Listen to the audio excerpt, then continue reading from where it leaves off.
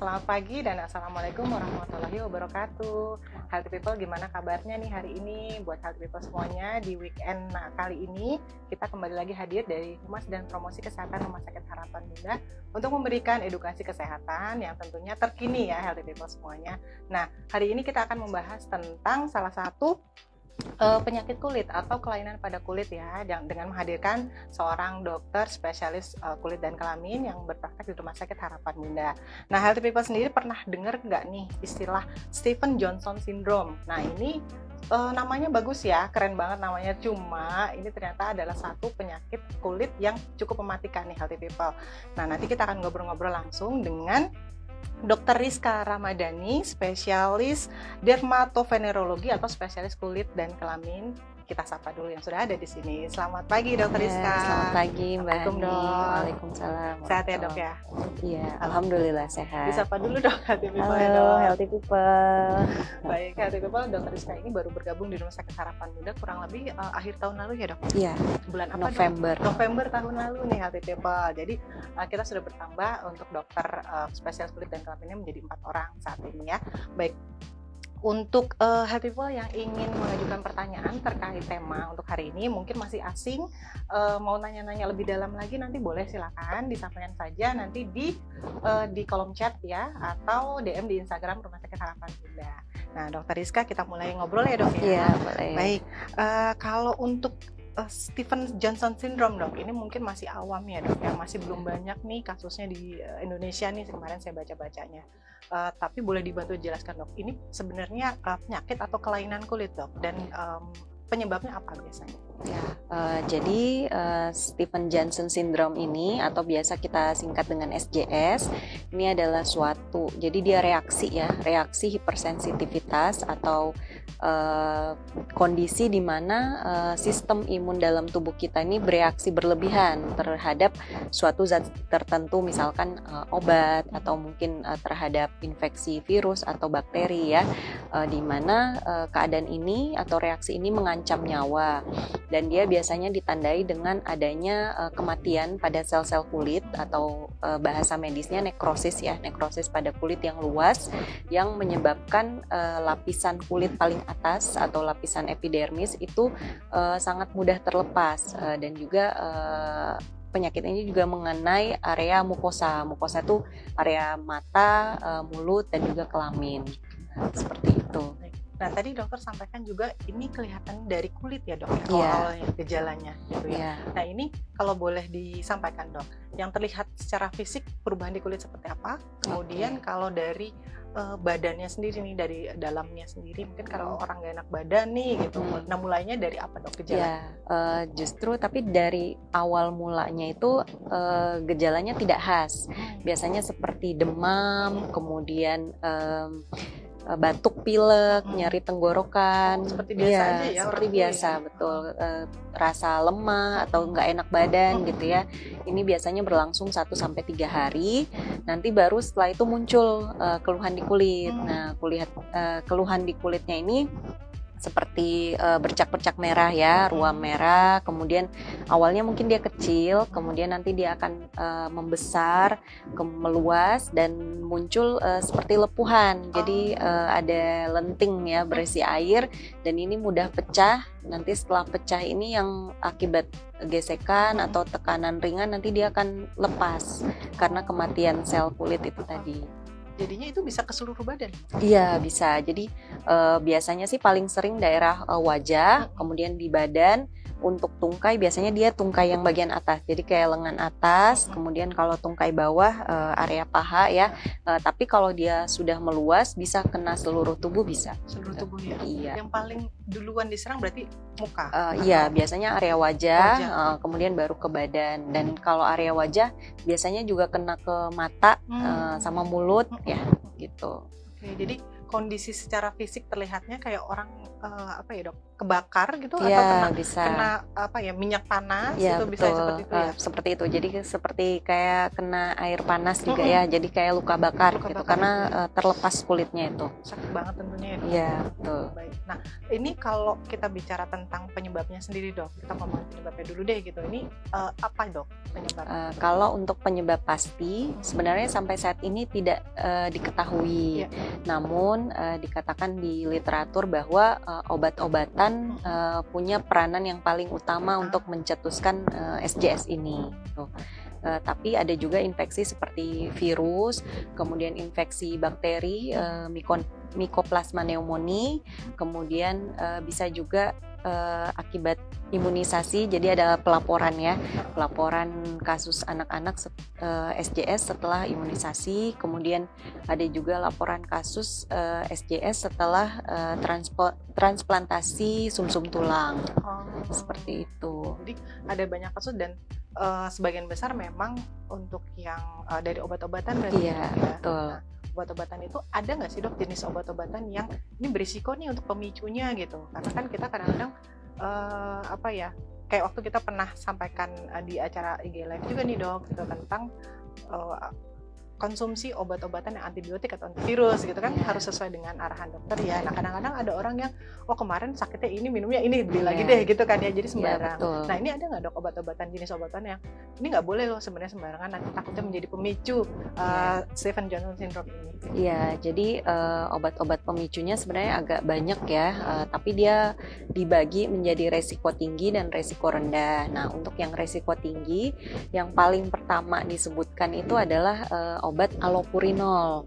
Ya, allopurinol ini yang biasa dipakai untuk penyakit asam urat ya biasanya. Kemudian obat ada antibiotik cotrimoxazole.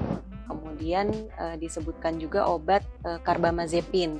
Kalau carbamazepin ini biasanya untuk anti kejang ya, biasanya pada pasien epilepsi atau pasien kejang lainnya. Kemudian obat anti nyeri yang non steroid, contohnya seperti meloxicam. Nah ini lumayan sering juga kan orang beli sendiri ya. Nah ini juga masuk ke dalam resiko tinggi. Kemudian ada lagi obat anti kejang seperti fenobarbital dan phenytoin. Nah ini yang termasuk dari resiko tinggi. Kemudian untuk yang resiko rendah, ini banyak antibiotik, hampir semua antibiotik. Yang pertama tuh dari golongan cephalosporin, contohnya adalah cefadroxil. Nanti mungkin healthy people kan sekarang sudah smartphone ya, jadi udah bisa mencari tahu sendiri obat-obat golongan cephalosporin apa aja karena ini banyak banget. Nah, salah satunya adalah cefadroxil. Kemudian antibiotik dari golongan macrolide, contohnya erythromycin. Ini juga lumayan sering orang membeli sembarangan ya. Kemudian antibiotik dari golongan kinolon, contohnya ciprofloxacin, antibiotik tetracycline. Kemudian anti nyeri yang tipe asam asetat seperti diclofenac. Nah, itu juga termasuk, tapi ini semua masuknya resiko rendah, tapi tetap beresiko untuk menyebabkan SJS ini.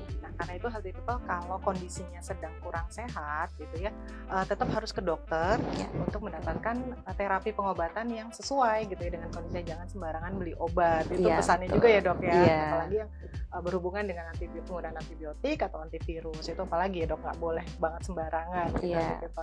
Nah kalau untuk penyakit sendiri dok, atau kita sebutnya komorbid ya dok, nah ini ada nggak yang penyakit-penyakit yang memang sudah dibawa nih atau sudah diidap oleh seseorang itu menjadi salah satu pemicu dari Stevens-Johnson syndrome ini atau pemberat risikonya gitu dok? Kalau sejauh ini untuk pemicu nggak ada ya. Jadi yang diketahui itu tadi yang obat-obatan, kemudian infeksi mungkin ya. Tapi kalau untuk pemberat ada, misalnya pada pasien dengan pasien yang mempunyai penyakit kanker atau kanker darah, ini adalah suatu faktor pemberat pada keadaan Stevens-Johnson syndrome. Jadi kalau misalnya orang-orang yang terkena Stevens-Johnson syndrome, kemudian dia punya juga kanker atau kanker darah, otomatis kondisinya kemungkinan akan lebih berat dibandingkan dengan orang yang tidak memiliki penyakit ini, seperti itu. Untuk yang khusus untuk penyakit-penyakit yang kanker saja, atau ada lain dok, misalnya autoimun atau apa?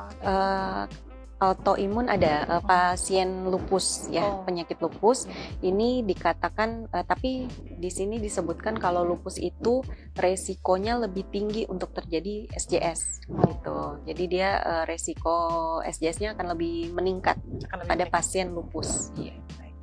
Nah, untuk kita sekarang bicara tentang pengobatannya dok. Jadi kan udah gejalanya udah, kemudian penyebabnya udah. Nah kalau untuk pengobatannya sendiri dok, yang bisa dilakukan itu apa saja dok? Biasanya terapi yang diberikan? Kalau yang pertama, karena ini kan kondisi mengancam nyawa ya, jadi harus mendapatkan pengobatan yang optimal. Jadi yang pertama adalah sadari sedini mungkin ya. Jadi kalau misalnya sudah ada tanda-tanda, terutama pada kulit, itu keluarga pasien harus segera membawa ke rumah sakit dan harus segera dirawat inap.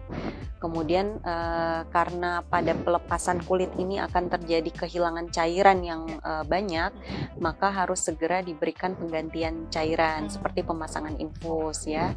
Kemudian juga karena mudah terjadi infeksi harus diberikan antibiotik.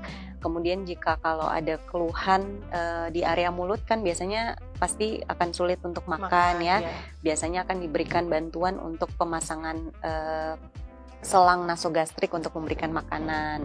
Kemudian tentunya harus ada perawatan kulitnya. Kemudian kalau ada keluhan di area mata, perawatan mata. Kemudian tentu saja untuk kita biasanya melakukan monitor ya selama perawatan, dilakukan tes laboratorium untuk melihat kondisi pasien apakah akan memburuk atau seperti apa. Berarti rangkaian ini memang harus dirawat inap ya dok pasien tersebut ya. Jadi selain dengan dokter kulit sendiri, berarti akan ada dokter spesialis lain yang akan merawat ya dok? Iya betul. Jadi kalau misalnya pasien nanti ternyata ditemukan ada kelainan ketidakseimbangan elektrolit, kemudian ada terjadi gangguan ginjal yang ringan, maka kita harus berkolaborasi dengan dokter spesialis penyakit dalam. Kemudian kalau ada keluhan di mata, tentunya kerjasama dengan dokter spesialis mata. Jadi dilihat dari kondisi-kondisi yang pada saat rawat inap nih kondisinya seperti apa nih, progres maupun penurunan kondisinya seperti itu. Betul. Baik dok. Nah tadi untuk kulitnya sendiri itu kan ada lepuhan-lepuhan dan kemudian pecah ya dok ya. Nah ini cairan yang keluar, sebenarnya pertanyaannya bisa menulari nggak dok? Jadi ini bukan penyakit menular ya, jadi nggak perlu takut kalau misalnya ada keluarga atau teman yang ternyata terkena sindrom Stevens-Johnson ini. Jadi ini bukan menular.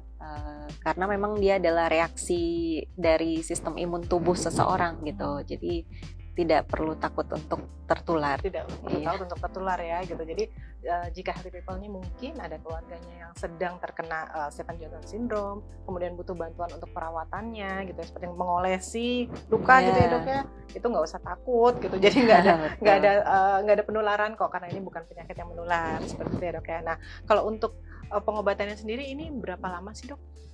Bisa sembuh gitu?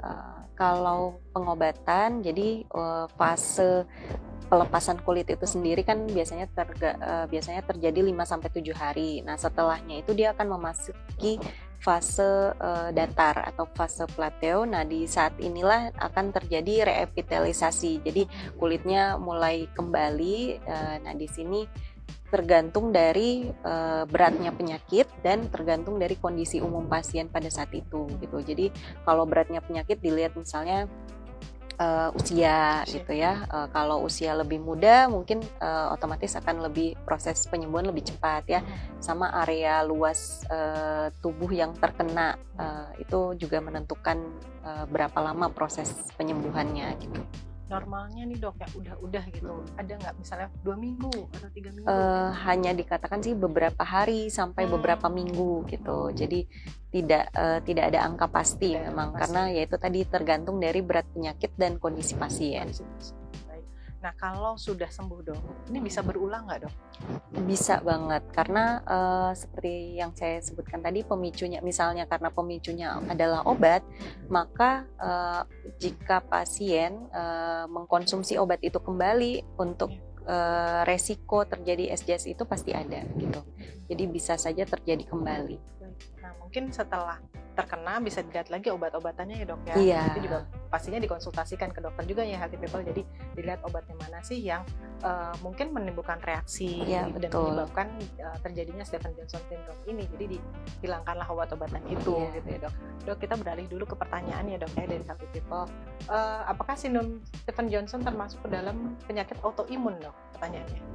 Bukan ya, jadi dia bukan penyakit autoimun, namun memang hubungannya dengan sistem imun gitu. Jadi dia hanya terjadi jika dipicu gitu. Kalau autoimun itu kan dia akan terjadi terus-menerus ya, gitu. Kita tidak bisa menghentikannya. Kalau Stevens-Johnson syndrome ini, begitu kita menghentikan pemicunya, maka dia reaksinya akan berhenti gitu. Jadi tinggal kita mengobati aja untuk masa pemulihan gitu. Jadi memang pengobatan utamanya adalah menghentikan obat, misalnya karena obat adalah obat pemicu gitu. Baik. Jadi untuk penanganannya adalah kita menghentikan pemicunya, kemudian pengobatan untuk efek-efek dari Stevens-Johnson syndrome-nya itu ya dok ya. Baik dok. Nah tadi dokter juga udah sampaikan tuh sebelumnya kalau ada kondisi mulai muncul lepuhan-lepuhan seperti itu, segera saja ke dokter gitu ya dok. Nah yang saya mau tanyakan dok, kalau terlambat dok, ini ada komplikasi apa dok yang bisa terjadi? Ya, jadi komplikasi utama dari Stevens-Johnson syndrome ini adalah infeksi. Nah, dan infeksi ini adalah penyebab utama kematian pada pasien SJS. Dan jadi jika terlambat nantinya akan menyebabkan kerusakan organ multisistem. Jadi dia bisa menyerang ginjal, kemudian paru-paru. Jadi organ tubuh di dalamnya ikut rusak ya dok? Iya, betul. Baik, dok. Yang paling terburuknya dok? Terburuknya bisa menyebabkan kematian? Bisa menyebabkan kematian. Karena tapi untuk nih healthy people mungkin perlu dijelaskan juga dok, kematiannya itu karena organ failure-nya tadi ya dok ya? Iya, tapi utamanya karena si infeksi ini. Jadi infeksinya ini otomatis akan menyebar dan dia kan kalau misalnya infeksinya sudah sampai ke pembuluh darah, otomatis akan menyebabkan sepsis, dan inilah yang menyebabkan kegagalan fungsi organ-organ tersebut. Baik, ini berarti harus segera konsultasikan ya ke dokter seperti itu, karena kalau memang kondisinya lama nih mendapatkan penanganannya, itu pastinya akan jadi seperti dokter Rizka sampaikan ya, ada kegagalan fungsi hati, fungsi ginjal, fungsi paru juga bisa ya dok ya gitu, macam-macam deh gitu, dan itu nantinya ya dikhawatirkan akan menyebabkan kematian seperti itu. Ini penyakit yang namanya cantik, namanya bagus, cuma menyebabkan kekhawatiran yang sangat besar ya healthy people. Nah, baik healthy people, ada yang mau bertanya lagi silakan ya. Kita masih ngobrol-ngobrol sama Dr. Rizka tentang Stevens-Johnson syndrome. Jadi jangan ragu-ragu kalau ingin bertanya, nanti kita akan sampaikan ke Dr. Rizka. Baik dok. Nah ini kalau untuk pencegahan dok, bisa nggak dicegah? Dan ya silakan. Kalau pencegahan sampai saat ini belum ada. Jadi memang penyakit ini tidak bisa dicegah karena kita tidak tahu kan reaksi tubuh kita seperti apa terhadap obat-obat tertentu atau terhadap infeksi itu. Terhadap infeksinya ya. Iya. Yang pasti imun tubuh kita kan mempengaruhi ya dok ya. Berarti kita harus meningkatkan imun tubuh kita nih, kuncinya itu mungkin ya dok ya. Baik dok. Nah berarti tes juga nggak ada ya dok? Mungkin buat screening atau juga ada ya? Untuk screening juga sampai saat ini belum ada. Jadi bahkan di literatur saja dikatakan bahwa untuk tes laboratorium untuk mendiagnosis pun tidak ada. Tidak ada. Ya, jadi hanya murni dari kita bertanya pada pasien, riwayat ya, anamnesis dan pemeriksaan fisik pada saat pasien datang. Jadi laboratorium hanya dilakukan untuk memonitor keadaan pasien saja. Oke. Baik, jadi masih belum ada pencegahannya nih healthy people ya. Balik lagi ke imunitas tubuh kita, kemudian kedisiplinan kita menggunakan obat-obatan pada saat kita sedang tidak enak badan atau sakit ya gitu ya. Pastinya juga obat-obatan harus mendapatkan resep dari dokter nih sebelum kita konsumsi gitu healthy people ya. Nah, kalau untuk faktor yang bisa mempercepat kesembuhannya apa dok? Kalau faktor sendiri, tadi mungkin saya sudah sempat sebutkan sedikit ya, usia. Nah, jadi usia muda otomatis akan membuat penyembuhan bisa lebih cepat. Jadi yang beresiko perburukan usia di atas 40 tahun, ya. Kemudian penyakit yang tadi mungkin juga sudah kita singgung ya, ada penyakit kanker kah atau penyakit kanker darah. Karena tentunya penyakit ini akan memperburuk kondisi. Kalau misalnya tidak ada penyakit penyerta, proses penyembuhan akan lebih cepat. Kemudian kondisi pasien saat itu ya, misalnya apakah dia datang dengan sesak nafas, kemudian denyut jantung di atas 120 gitu. Ini adalah faktor-faktor yang bisa memperburuk. Nah, kalau keadaannya masih stabil, otomatis penyembuhan bisa lebih cepat ya. Kemudian area luas tubuh yang terkena, otomatis kalau misalnya area luas tubuh yang terkena lebih sedikit, itu akan mempercepat proses penyembuhan. Berarti tidak menutup kemungkinan usia tertentu nggak bakalan kena nih, nggak ya dok? Iya, nggak ada batasan usia, jadi bisa terkena pada usia berapapun. Pada usia berapapun, gender apapun. Gender apapun, iya. Nah, berarti memang dibalikin lagi nih kedisiplinan diri kita ya. Iya. Baik, ada lagi yang mau ingin bertanya, Healthy People? Oh, sepertinya ada dok. Baik dokter. Nah, kalau dokter Rizka sendiri sudah pernah menangani pasien untuk STJ ini ya dok ya? Iya. SJS. Kalau selama bekerja ini belum pernah ya. Namun pada saat saya masih sekolah dulu sudah pernah mendapat pasien dengan SJS ini. Jadi usia tua pernah, usia anak-anak pun pernah gitu. Biasanya anak-anak pemicunya apa dok? Sama paling sering itu obat-obatan ya. Jadi tapi semua kan kita masih mencurigai saja gitu. Jadi yang penting adalah bagaimana cepat-cepat untuk di stop penyebabnya. Tapi kalau pada anak-anak juga tidak menutup kemungkinan imunisasi ya, karena kita tahu kan imunisasi itu ada kandungan virus atau bakteri yang dilemahkan ya. Nah, karena memang di literatur dikatakan bahwa SJS ini juga bisa dipicu oleh infeksi bakteri ataupun infeksi virus. Infeksi bakteri atau infeksi virus ya. Baik dok. Nih pertanyaannya sama dok, ternyata vaksinasi bisa memicu sindrom Stevens-Johnson. Tadi udah disampaikan dokter Rizka, ternyata sudah terjawab ya, Healthy People langsung terjawab nih. Karena apa ya? Ini ada lanjutannya sepertinya ya. Masih di ini ya dok ya. Berarti ada sedikit pemicunya ya dok. Tapi ada vaksin-vaksin tertentu nggak sih dok? Atau vaksin ini iya, vaksin itu enggak gitu? Kalau di literatur sih tidak disebutkan tidak disebutkan spesifik imunisasi apa. Namun ini jangan membuat kita juga takut ya dengan imunisasi ya, karena maksudnya kita juga bertujuan imunisasi ini adalah untuk menyehatkan ya, tapi memang tidak bisa kita ketahui pasti gitu bahwa tubuh akan bereaksi seperti itu gitu. Jadi mungkin kalau misalnya setelah imunisasi kemudian ada reaksi SJS, itu berarti cukup diingat dan diberitahu kepada dokter bahwa sebelumnya ada imunisasi ini. Jadi mungkin itu sebagai bentuk pencegahan untuk reaksi SJS berikutnya saja gitu. Jadi pencegahan untuk terjadi kembali terulang kembali ya. Jadi diketahui dulu ini kalau memang ternyata buah hatinya gitu setelah imunisasi ya dok ada muncul keluhan atau ciri-ciri seperti Stevens-Johnson syndrome ini, berarti mungkin kemungkinan besar ya dari vaksinnya itu ya dok yang menimbulkan reaksi alergi, bisa kita bilang gitu ya dok ya, sebagai pemicu si Stevens syndrome ini. Dok, ini menyambung yang tadi dok. Saat dulu ada public figure saat pandemi yang gejalanya seperti kulit terbakar.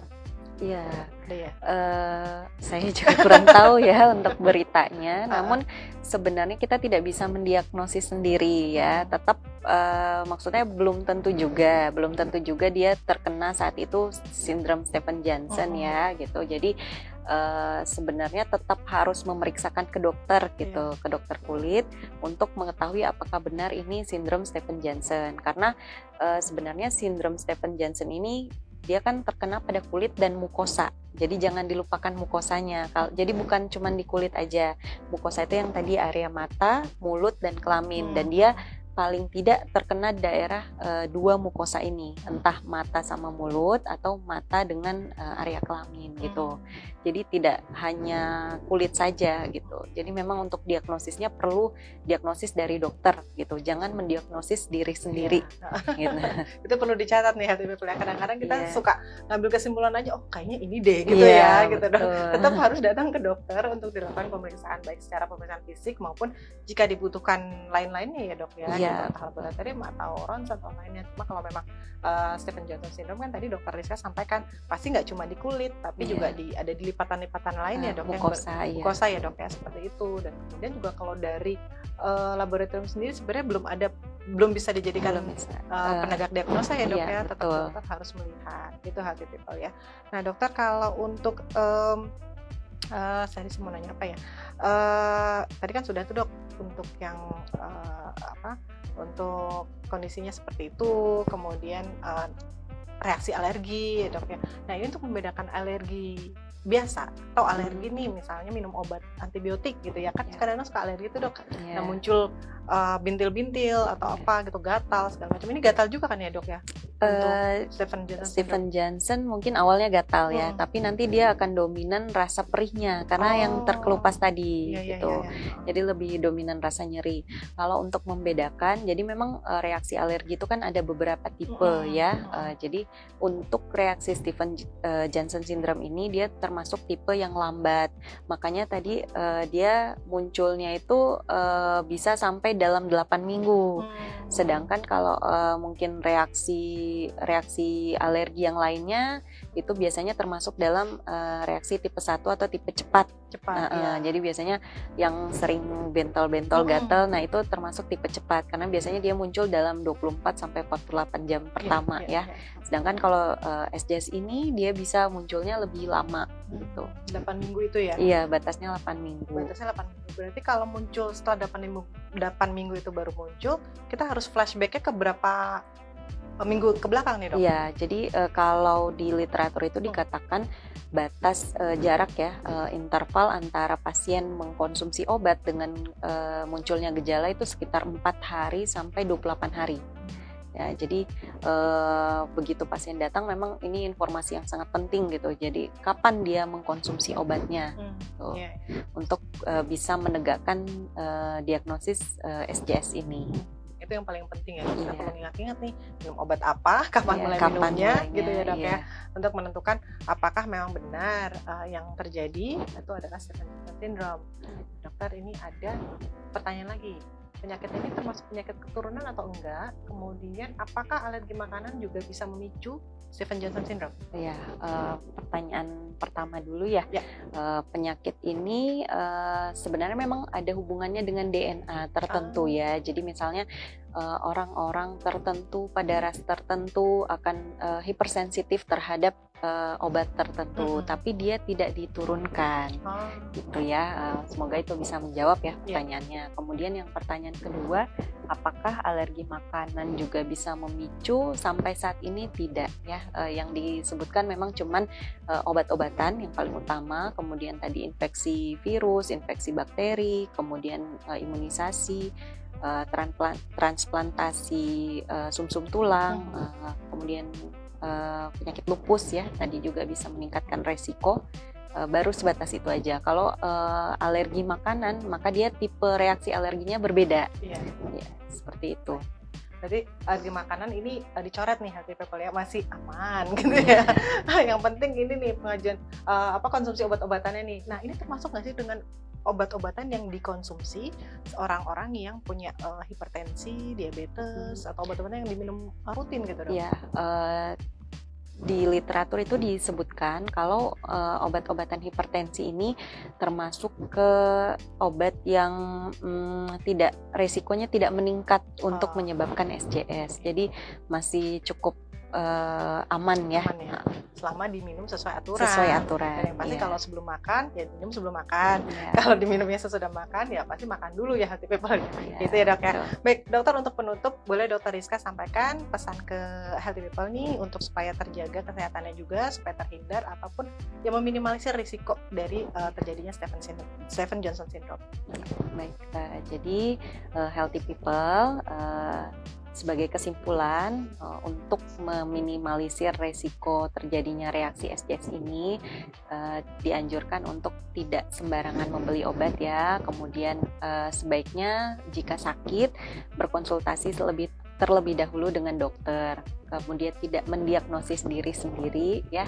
Dan kalaupun mencurigai ada reaksi alergi, diharapkan segera bertemu dengan dokter ya, berkonsultasi dan segera diobati. Mungkin seperti itu ya. Baik, terima kasih banyak Dokter Rizka hari ini untuk waktunya sama-sama. juga, dan juga untuk edukasinya tentunya bermanfaat buat saya dan juga buat healthy people semua di rumah ya healthy people ya. Baik, nah healthy people jika ingin ngobrol atau ingin konsultasi langsung dengan Dokter Rizka ada praktek di Rumah Sakit Harapan Bunda setiap hari nih. Waduh, setiap hari Senin sampai Sabtu ya dok ya? Iya betul. Setiap Senin sampai dengan hari Sabtu jam 7.30 sampai dengan 9.30. Jadi kalau healthy people sebelum beraktivitas nih mau mampir dulu atau masuk kerjanya shift-shiftan juga nih gitu ya dok, mau shift masuk siang ya mampir dulu ke Dokter Rizka kalau ada kebutuhan atau konsultasi terkait dengan kesehatan kulit seperti itu ya healthy people.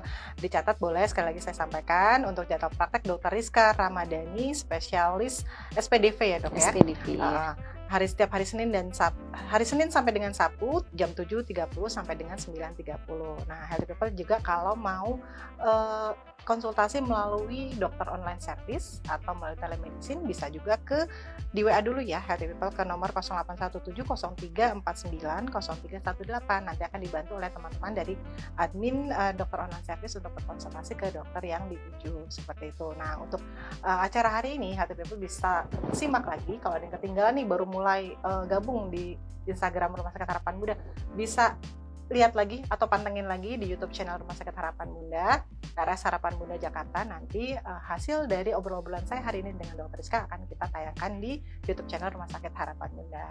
Baik healthy people, untuk hari ini cukup sekian, mudah-mudahan bermanfaat untuk healthy people semuanya. Selamat menikmati akhir pekan dengan keluarga. Keep healthy and happy.